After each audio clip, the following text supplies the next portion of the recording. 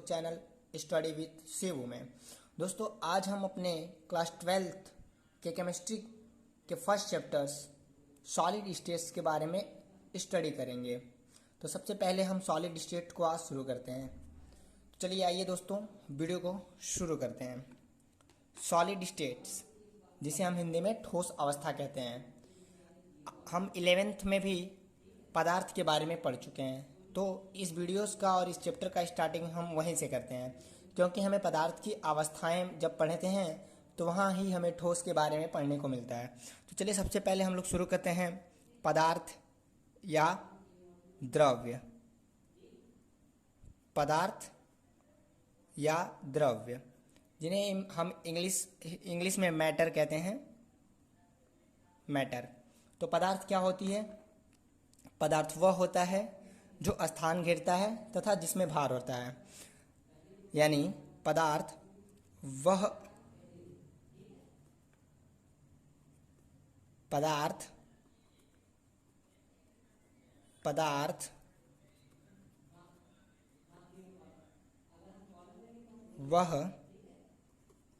तत्व है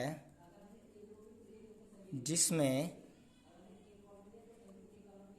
द्रव्यमान होता है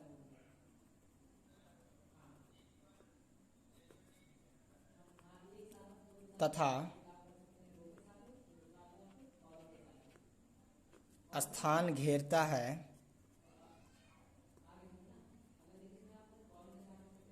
पदार्थ कहलाता है। पदार्थ कहलाता है, यानी जो स्थान घेरता है तथा जिसमें भार होता है वह पदार्थ कहलाता है। अब देखिए, पदार्थ की कुछ अवस्थाएं होती हैं। तो क्या अवस्थाएं होती हैं अब देखते हैं हम लोग। यानी अब बात करते हैं स्टेट ऑफ मैटर की, यानी पदार्थ की अवस्थाओं की। पदार्थ की अवस्थाएं, पदार्थ के लिए आप उदाहरण लिख सकते हैं यहाँ पे। जैसे अगर मैं एग्जाम्पल की बात करूँ तो जैसे आप मान लीजिए किताब, मेज एक्सेट्रा, कुछ भी मान लीजिए जिसमें द्रव्यमान होता है तथा जो भार घेरती हैं। अब पदार्थ की क्या अवस्थाएं होती हैं? तो पदार्थ की 3 अवस्थाएं होती हैं।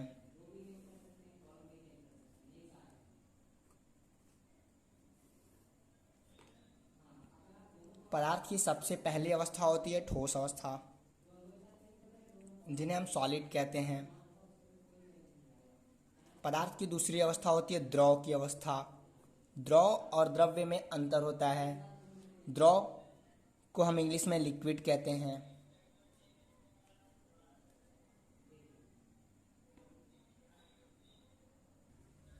द्रव को हम इंग्लिश में लिक्विड कहते हैं। देन पदार्थ की तीसरी अवस्था होती है गैस अवस्था। गैस अवस्था। पदार्थ की एक और अवस्था होती है जिसे हम प्लाज्मा कहते हैं, लेकिन बेसिकली हम लोग बढ़ते 3 ही हैं, तो इसलिए हम 3 ही के बारे में चर्चा करेंगे। तो सबसे पदार्थ की पहली अवस्था होती है ठोस अवस्था। तो ठोस अवस्था क्या होती है? जिसमें पदार्थ का आयतन और आकार, आयतन व आकार दोनों निश्चित होता है। दोनों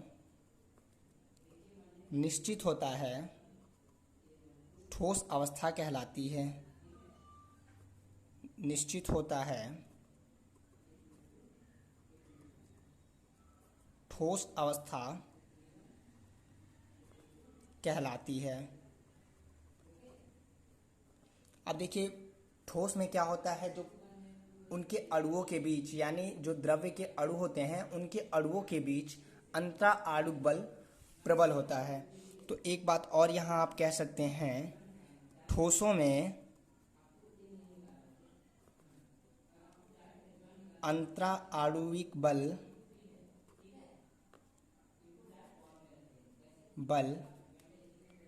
द्रव और गैसों की अपेक्षा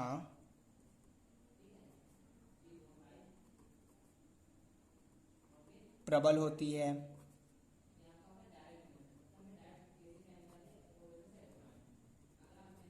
अगर मैं आपका ठोस का डायग्राम बताऊं, अगर अंतरा आणविक बल के आधार पर अगर मैं ठोस का डायग्राम बनाऊं तो कैसा होगा, कुछ इस इंटरफेस में होगा आपका डायग्राम, जिनमें अणुओं के मध्य देखिए या तो अंतरा आणविक दूरी की बात करें या अंतरा आणविक बल की बात करें, काफ़ी प्रबल है। अब दूरी इनके बीच की क्या है, नगण्य है। और एक दूसरे कण ऐसे एक दूसरे को, ठोस के कण एक दूसरे को ऐसे जकड़े हुए हैं, यानी इनके बीच अंतरा आणविक बल। अंतरा आणविक बल क्या होता है, जो अणुओं के बीच जो बल लगता है उन्हें हम अंतरा आणविक बल कहते हैं। अंतरा आणविक बल जो ठोसों के बीच क्या होता है, प्रबल होता है। कुछ ऐसा डायग्राम होता है ठोस का। अब हम चलते हैं द्रव पे। तो द्रव क्या होता है, द्रव यानी पदार्थ की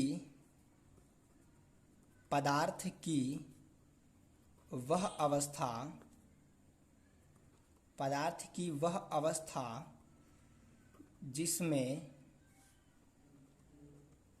जिसमें उसका आयतन तो निश्चित होता है,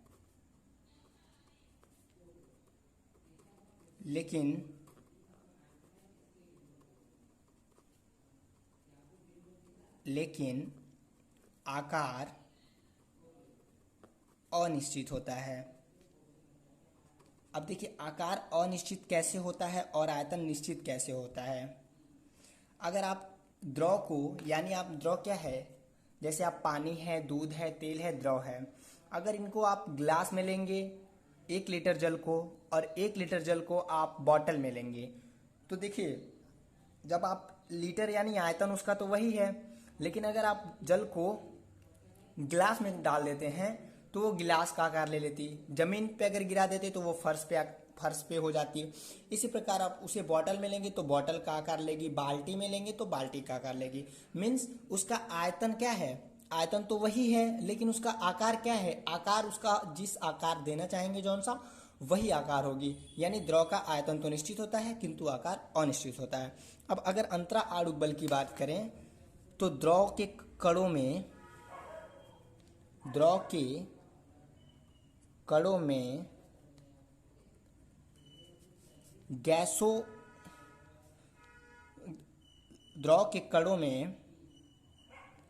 अंतरा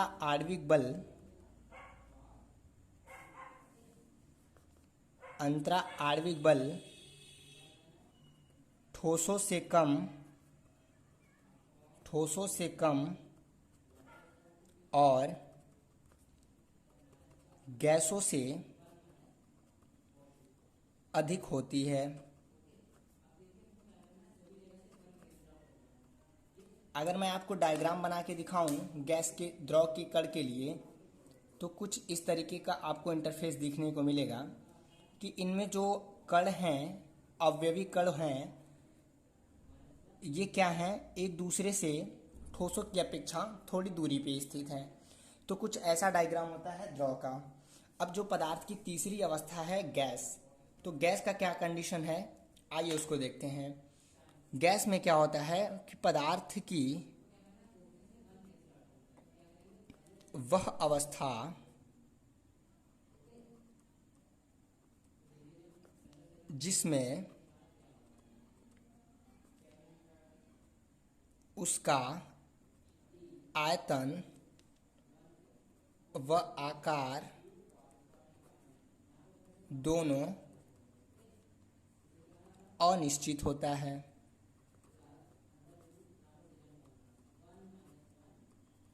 यानी इसमें इसका आयतन और आकार दोनों अनिश्चित होता है। अब गैस को आप न तो तौल सकते हैं, तौल के उसको निश्चित वॉल्यूम में रख भी नहीं सकते, अगर तौल भी लिए तो उसको निश्चित आयतन में नहीं रख सकते, कहीं ना कहीं से आपका गैस लीक होता रहेगा। इसलिए कहते हैं कि इसका आयतन और आकार दोनों अनिश्चित होता है। अब गैसों के अणुओं में अंतरा आणविक बल, गैसों के अणुओं में अंतरा आणविक बल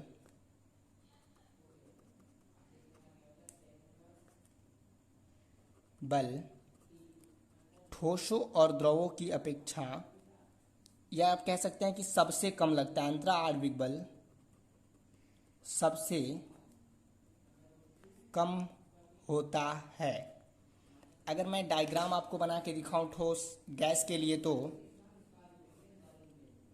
इनके अणु एक दूसरे से काफ़ी दूरी पे होते हैं, इसलिए इनके बीच अंतरा आणविक बल बहुत कम लगता है और इसीलिए ये अलग अलग आकार में हो जाते हैं। तो ये था कुछ बेसिक मैटर के ऊपर, द्रव्य के ऊपर। अभी हम स्टार्ट करते हैं अपना मेन टॉपिक सॉलिड स्टेट्स। इसमें हमको पढ़ना है ठोस के बारे में और ठोस के प्रकार के बारे में। तो चलिए अब हम लोग स्टडीज करते हैं अपने मेन टॉपिक पे। तो क्या मेरा मेन टॉपिक सॉलिड क्या होता है? सबसे पहले ठोस। ठोस ठोस क्या होती है कि पदार्थ की वह अवस्था होती है जिसमें उसका आयतन और आकार दोनों निश्चित होता है। देखिए अब ठोस की डिफिनीशंस यहाँ चैप्टर के लिए पढ़ते हैं हम लोग। ठोस यानी पदार्थ की वह अवस्था जिसमें उसका आयतन व आकार दोनों निश्चित होता है।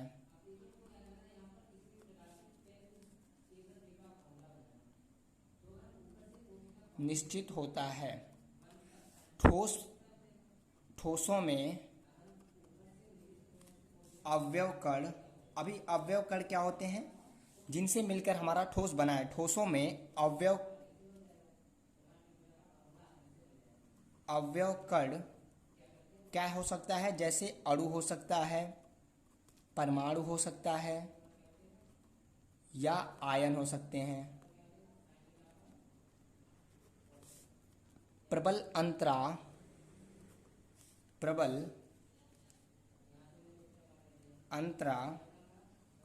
आणविक बलों द्वारा जालक में, इस चैप्टर में हम लोग जालक के बारे में भी पढ़ेंगे। जालक क्या होते हैं?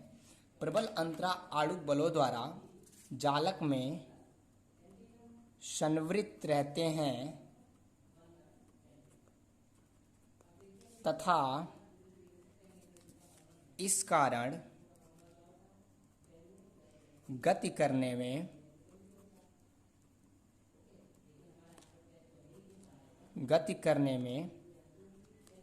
असमर्थ रहते हैं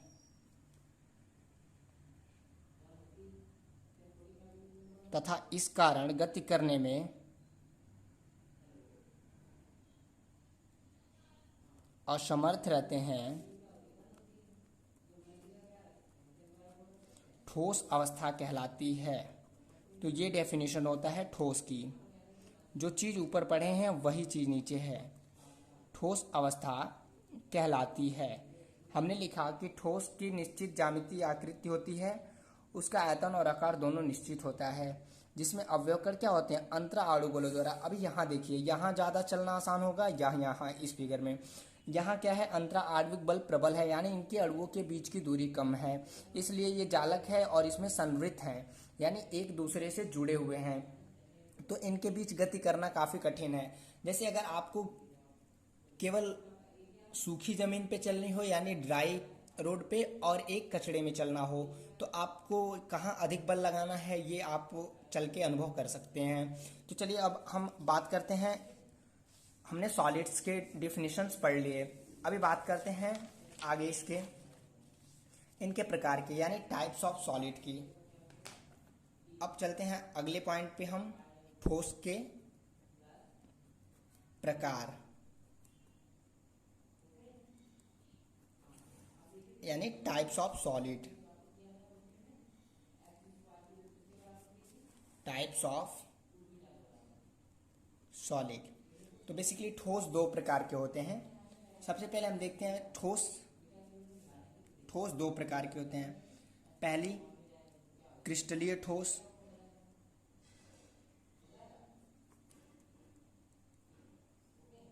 क्रिस्टलीय ठोस, और दूसरा प्रकार है अक्रिस्टलीय ठोस,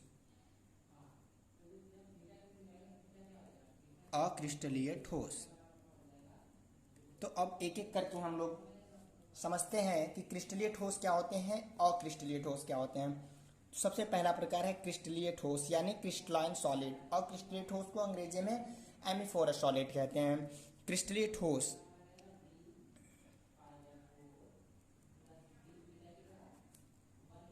क्रिस्टलीय ठोस, क्रिस्टलाइन सॉलिड। क्रिस्टलीय ठोस क्या होते हैं, अब इसकी डेफिनेशन लिखने के बाद मैं आपको एक्सप्लेन करता हूं। क्रिस्टलीय ठोस यानी ऐसे ठोस, ऐसे ठोस जिनकी संरचनात्मक इकाई, जिनकी संरचनात्मक इकाई, संरचनात्मक इकाई क्या हो सकती है? संरचनात्मक इकाई अणु, परमाणु या आयन, त्रिविम में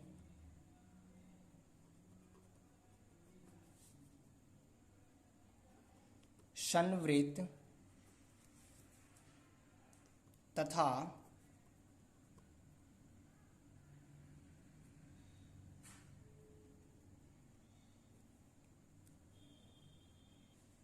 त्रिविम में निश्चित ज्यामिति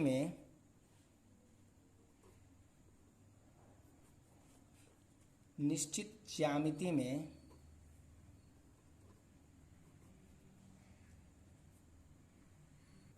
व्यवस्थित होते हैं,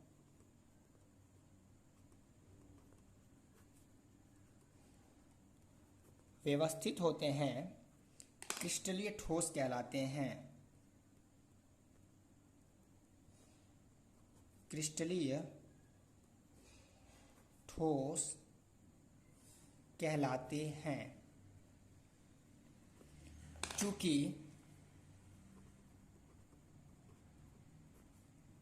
चूंकि इस निश्चित प्रकार की आवृत्ति की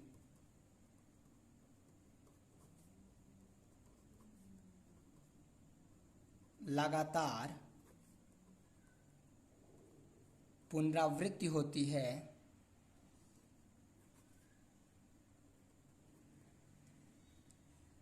अतः क्रिस्टलीय ठोस को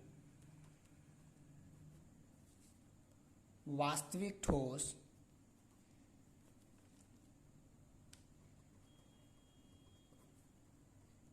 कहा जाता है। यानी क्या होती है क्रिस्टलीय ठोस? ऐसे ठोस जिनकी संरचनात्मक इकाई, जिनसे बने हुए हैं ठोस, क्या हो सकते हैं? अणु, परमाणु या आयन त्रिविम में निश्चित ज्यामिति में व्यवस्थित होते हैं, क्रिस्टलीय ठोस कहलाते हैं। क्योंकि इस निश्चित प्रकार की इकाई की लगातार पुनरावृत्ति होती है, अतः क्रिस्टलीय ठोसों में कणों की एक लाइन छूट गई। चूंकि इस निश्चित प्रकार की इकाई की लगातार पुनरावृत्ति होती है, अतः क्रिस्टलीय ठोसों में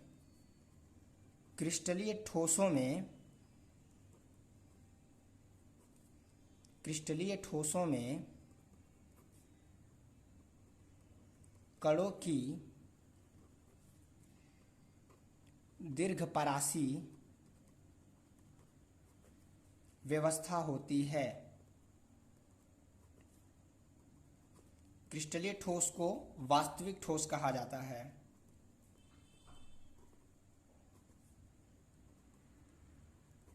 यानी क्रिस्टलीय ठोस वास्तविक ठोस होता है। अगर मैं एग्जाम्पल्स की बात करूं आपके लिए क्रिस्टलीय ठोस के, तो जैसे एग्जाम्पल NaCl, C12H22O11 यानी सुक्रोस, हीरा, सिल्वर इत्यादि क्रिस्टलीय ठोस कहलाते हैं। अब सेकेंड टाइप्स की बात करते हैं, यानी अक्रिस्टलीय ठोस। सेकेंड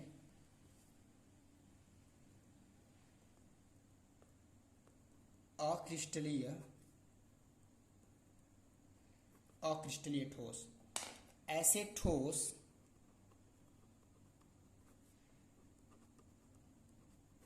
जिनकी संरचनात्मक इकाई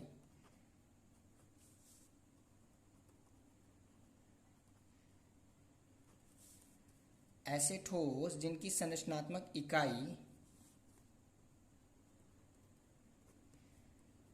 अणु, परमाणु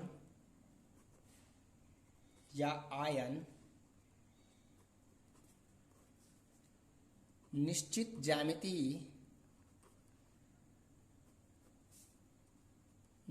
ज्यामिति में व्यवस्थित नहीं होते हैं, अक्रिस्टलीय ठोस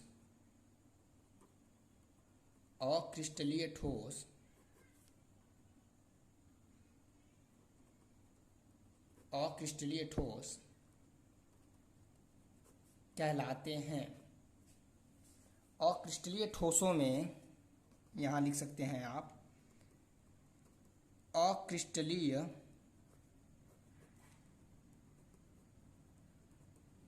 ठोसों में कणों की लघुपरासी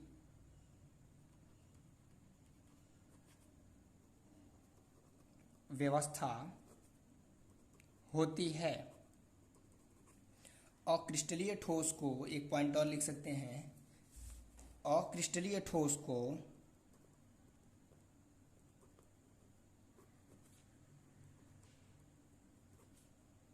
आभासी ठोस कहते हैं।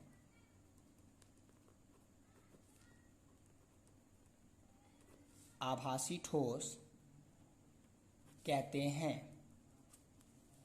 अगर अक्रिस्टलीय ठोस के एग्जाम्पल देखें तो जैसे कांच हो सकती है आपकी, प्लास्टिक हो सकता है, रबड़ हो सकते हैं, ये इत्यादि अक्रिस्टलीय ठोस के उदाहरण हैं। अगर हम एक मोटे तौर पे देखें कि क्रिस्टलीय और अक्रिस्टलीय ठोस क्या हैं, तो चलिए देखते हैं। सीधे एक पॉइंट आउट करके अंतर समझ लेते हैं क्रिस्टलीय और अक्रिस्टलीय ठोस में। इस साइड क्रिस्टलीय ठोस और इस साइड अक्रिस्टलीय ठोस। एक मोटे तौर पे अंतर देख लेते हैं, अक्रिस्टलीय ठोस। तो इनके बीच जो अंतर होती है वो किस आधार पे होती है, तो आधार होता है हमारा, यहाँ लिख लेते हैं, अंतर ज्यामिति के आधार पे होती है, ज्यामिति के आधार पर। तो देखिए सबसे पहला अंतर क्या होता है क्रिस्टलीय ठोस और अक्रिस्टलीय ठोस में। क्रिस्टलीय ठोस की निश्चित ज्यामिति होती है, यानी इसकी क्या होती है, निश्चित ज्यामिति होती है, यानी निश्चित ज्यामिति आकृति होती है क्रिस्टलीय ठोस की। और अक्रिस्टलीय ठोस की क्या होती है, अनिश्चित ज्यामिति आकृति होती है, यानी इन्हें हम त्रिविम में अनिश्चित रूप से पाते हैं, अनिश्चित ज्यामिति आकृति होती है अक्रिस्टलीय ठोस की। इसके बाद देखिए दूसरा क्या हमको हो सकता है, इनमें कणों की दीर्घपरासीय व्यवस्था होती है। क्रिस्टलीय ठोस में दीर्घपरासी व्यवस्था होती है। अक्रिस्टलीय ठोस में कणों की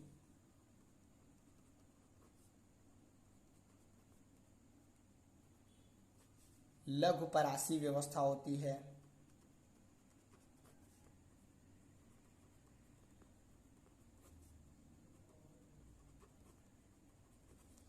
इसके बाद तीसरा अंतर क्या हो सकता है, क्रिस्टलीय ठोस को वास्तविक ठोस कहा जाता है।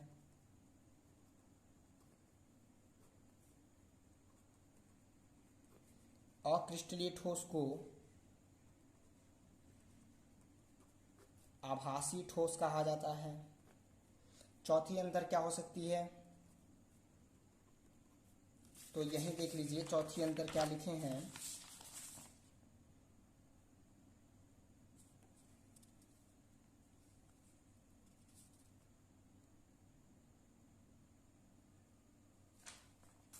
चौथा अंतर हो सकता है इनमें कणों की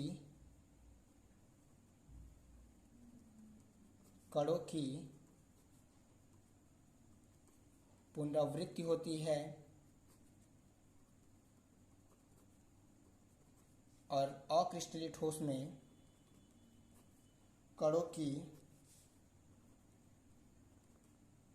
पुनरावृत्ति नहीं होती है। तो एक मोटे तौर पे हमने समझा क्रिस्टलीय और अक्रिस्टलीय ठोस क्या होते हैं, केवल इतने लाइनों में। तो अब आज हमने ठोस और ठोस के प्रकार के बारे में पढ़ा है। अब अगले नेक्स्ट वीडियोस में हम लोग क्रिस्टलीय ठोस